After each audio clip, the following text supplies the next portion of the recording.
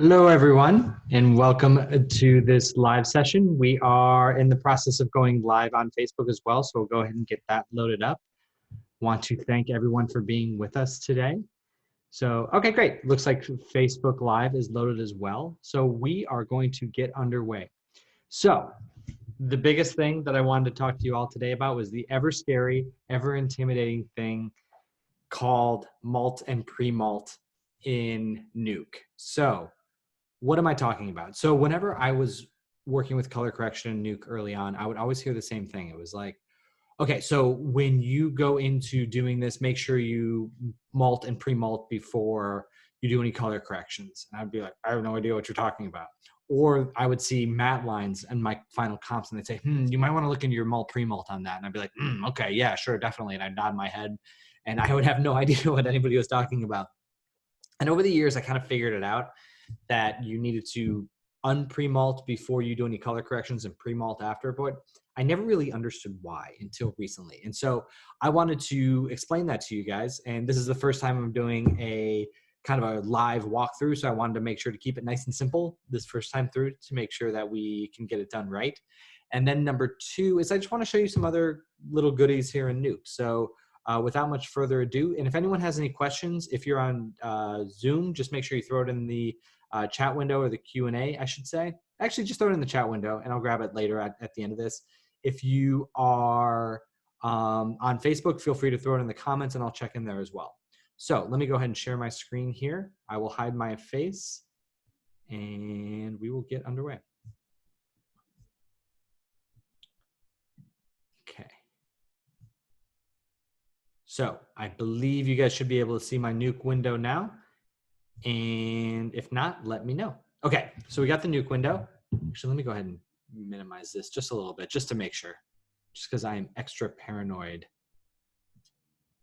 about that. Let's see. Okay, go back into this. Share screen. All right, there you go. Now you can see my Nuke window. All right, so what are we talking about with mult, pre-mult, multiplied edge, alpha channels, all that stuff?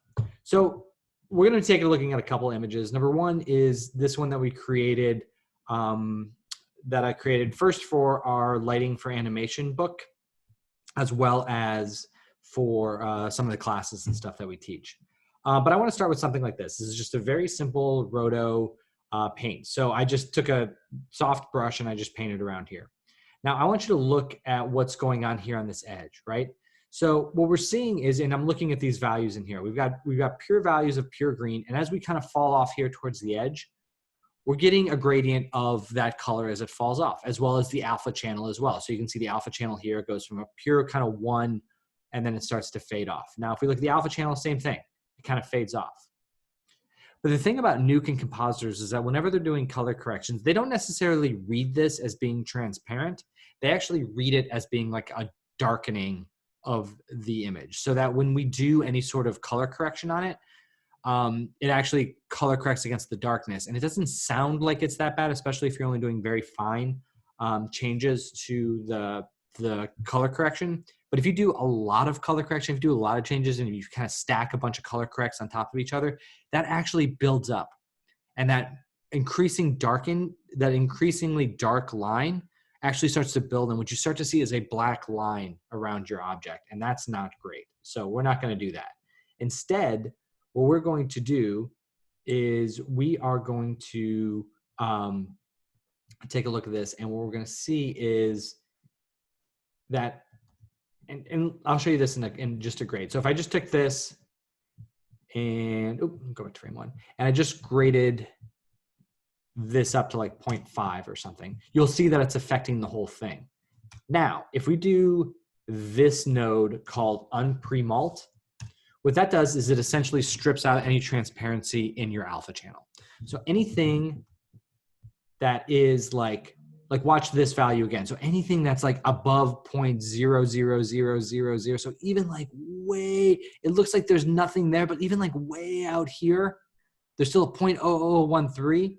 So that when you pre-multiply that up, it all of a sudden just makes it look like it's pure, it's that pure color. And then what you can do is you can make your color adjustments from there and then that transparency in the alpha is actually preserved elsewhere. And then when you pre-mult again later, not exposure, pre-mult again later, it actually builds it back in. So you can see, I can actually make this a little bit more, crank that up a little too much. So you can see now that it's only doing it within that alpha channel versus if you were doing it out here, you can see it does it to the whole thing. Now let's take a look at that in terms of an actual image. So we have this is the final image that we created there. I'll go ahead and show you the original beauty pass of that. Now you can see again, if I wanted to, like create a grade node here, and you can see I've got it just for this test scenario, I've got it over this checkerboard. If we wanted to take this grade node and we wanted to, again, just like lift the black values just a little bit, you can see that it's kind of ignoring the alpha channel of this and going and color correcting the whole thing.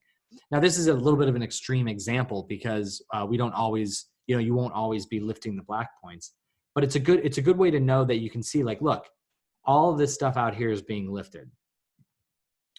And instead, what a good practice is, and this is something that I learned over time that people taught me, was again, you want to unpre-mult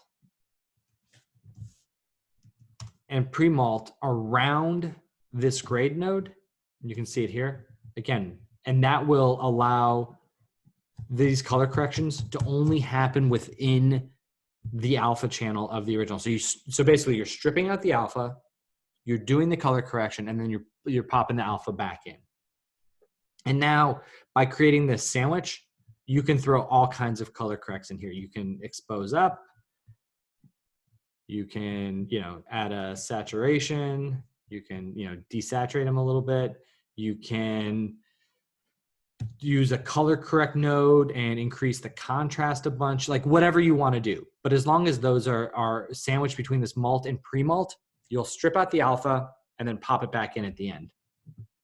Now, the question comes up occasionally. You'll say, okay, but like I've got this node, there's this pre-mult in there as well. Can I just use this? And like, if you just have one, sure. Yeah, you can definitely use that. It'll have the exact same effect. All you'll do is just switch it from none, because you can't check this box. You have to switch it to RGBA alpha. And then that'll use the alpha channel as an unpre-mult and pre-mult within that node. Now, what ends up happening is, and you can do that, and like you can do this here, and you can copy this out, and you can do it a bunch of times. And in every node, it unpre-mults, then pre-mults, then unpre-mults, and pre-mults, and it goes through each one. Not that big of a deal if it's just like a simple comp like this, but if you have a very complex comp, that additional computation of in and out, in and out, in and out will actually be a little bit of a problem. So that's the basic gist of it, of a pre-mult and unpre-mult, is again, you just kind of want to sandwich it around your any sort of color corrections that you do, and then you'll be able to keep a pretty clean alpha, and you won't have those black halos around your frame. One other thing I wanted to mention was, and this happens too when it kind of, this isn't necessarily mult and pre-mult, but it's another alpha channel issue that often happens in your comp. So in this example, like I was lighting this and I lit it up, and this was one lighting pass. And I noticed that the hat on this character was just like looking kind of blah and flat and just kind of lame. So what I did was I ran another pass with just the hat, and I created some better lighting on it. And what I would often want to do in a situation like this is go ahead and add these values to this original. So I'll create a merge node, bring it in here, and then what you'll see is I'll change this to a plus operator, right? Because you want to plus it, you want to lift it up a little bit, and that's cool. So before and after, great, everything looks great, right? There's actually a problem here. So anytime you're taking two images and you're plussing them together, remember, you're actually plussing not only the red and green and blue channels, your color channels, but you're also plussing your alpha channel. And when I say plus, like if you hover over this, you can see all of the operation, the values. And if you look down, I can't move my mouse, but if you look down and you see plus, you see A plus B. So you're plussing anything that's going into the A channel plus B. So if we have, let's get in close here. when we take this, what we're doing is we're taking, like, again, looking at these RGB values, we take this 0.12, 0.06, 0.05, and then we're plussing it with these values. And then the result is brighter because it's the addition of those two values. Now, if you look in the node, you can see that we're plussing in the A, the RGBA, and in the B channel, the RGBA. So let's look at the alpha channel for a second. Let's look at the original, and here's the second. Now, if you look, that's different, right? Now, the image itself didn't change. We don't want the alpha changing. It's the exact same image. It's just got he just has a new hat. But the problem that we're running into is it's taking this semi-transparent alpha and it's combining it with this semi-transparent alpha. And the result is greater. So like, let's look at, let me go, this is my 1, this is my 2. I'm going to hover over here. You can see that the alpha channel here is now like what it was nothing before because there was no information out there. Now it's 0.014. Not a big deal. We're talking about a value of 0.01. But if you do that 6 or 7 times, 10 times, all of a sudden that value becomes 0.1 and you start to see a light line around the outside or a dark line around the outside too. It can happen. It can come up in either way. So the way to fix that is whenever you're plussing something together, you don't want to plus in both alpha channels. The alpha is there. It's fine. It's the exact same thing. So you just want to strip it out. And so now do this again. 1, 2. Now the alpha is exactly the same. Sound good? Okay. Now, the last step. Last thing I want to show you all. Actually, no, that's not true. There's 2 more things that I want to show you all. So I was mentioning before some different color correction stuff. And one of the things that I wanted to point out about color correction was there's two common nodes that I generally use. I mean, granted, I'll use saturation and hue correct and that kind of thing. But most of the time when I'm doing color corrections, I will either use a grade node or color correct node. Grade is usually my jam. Super simple, not a lot going on. You can either change the gain or multiply or the gamma, and you can shift things around. Now, the one thing that I did not know about color correction nodes in Nuke that I learned recently is that they do these operationally. So that it'll literally go through each one individually. So it'll do gain, and then it'll multiply it down, then it'll gamma it up. And then it'll go into the color correct node, and then it'll saturate it up, and then it'll contrast it down, and then it'll go through step by step of each one. Now, oftentimes, you won't want that order you don't want that order, right? Let's say let's look at this color correct node. So again, it's going to go through each one of these going down the list. It's going to saturate it, and then it's going to control the contrast. And when it's doing the saturation, by the way, it's actually changing color space. So in order to control saturation, we're actually switching from an RGB color space to an HSV color space. So it's going back and forth there too. So there's more computational things that happen in there. So there are times when you maybe want to make an image more saturated and brighter, but you looking at it like it actually matters sometimes. Sometimes you'll want to make it brighter first. Let's look through here. You want to make it brighter first before you make it more saturated. But what ends up happening is you can't do that here inside this one node, in this like mega color correct node, because it only goes in this order. So what you'll want to do is instead, you will want to, if you want to make it brighter first, I would create a gamma node, and then after that makes the saturation node, and then do it. Because that's the look that you want to go for. And of course, what we just learned, whenever we're doing any sort of color corrections, you want to unpre-mult and pre-mult around the image. So the last thing I want to show you all, and this is literally something I discovered like 15 minutes ago when I was prepping up before this meeting. So, and that is so when I was creating this, I also made an RGB channel of his face, because really what I wanted was I wanted to warm up his ears a little bit. I thought his ears in the particular shot just needed a little more goosing. So I did that. And then, but what I'm discovering in this new version of Nuke was that if you guys have used Nuke in the past, the shuffle node is now totally different. So what it used to be was this like kind of matrix of boxes and you would check boxes, and I hated it, but I got used to it. So now I don't know what this is. So I just figured this out today. So depending on if you have like a deeply embedded EXR file, you can click here and go through all your different EXRs, or you can I'm just going to use the RGB here, because let's say like I want to color correct just his ears, and I've got this RGB, RGB image that I created. So instead, I want to shuffle the red into the alpha. Now it used to be, again, those boxes. Instead, this way, what I do is I go ahead and I'll just disconnect these, and I'll shuffle this into here. And now if you look at the output, again, you don't see anything, but in the alpha channel, you see the ears. Now, if I wanted it to be just that other section of his face, it would be the green, the blue, or if I wanted to keep the alpha, oh, that's a weird alpha. Huh. Okay, it's good to know. But I want this to be the alpha. So then I can take this shuffle, put it in here. I've already got, did I delete my sandwich? Oh, there it is. I'm going to move this pre-mult up because I want to do a color correction, adjust his ears, look outside of the alpha. Go ahead and create my grade node. And you can see how like you can build up a lot of color correct nodes very quickly. And then you can just kind of warm up the ears a little bit.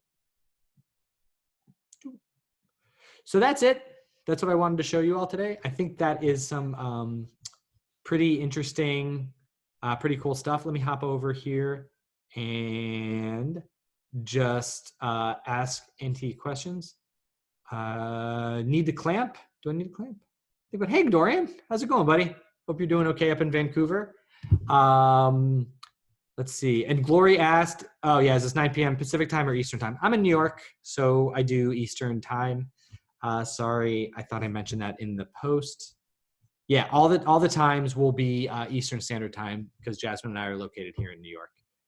Let's see if there are any other questions or anything before we want to hop off. Let's see, I'll bring my video back up. Hello, stop sharing.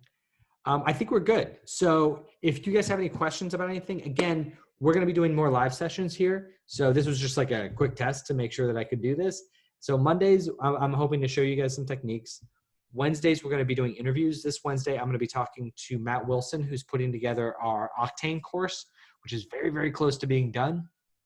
And Matt is an incredible artist. I've worked with him for a very long time. He has worked at Blue Sky. He was a CG or VFX supervisor. He was a supervisor of things at Charlex on a lot of commercials. He's also the voice of the little characters in the Cinnamon Toast Crunch commercials because he was the VFX supervisor on that, and he just has a really great voice. So that was something I learned about him recently too. So we're going to be interviewing him on Wednesday, and then this Friday we're going to be doing critiques. So anything that's being posted to the general community page, I will be going through and giving a video critique of that. So if you all have any other questions, just let me know. And hey, Nick, hey, Anton. And yeah, if you guys have any questions at all, just let me know and I will be happy to answer them. But in the meantime, keep going. I hope everyone is staying safe.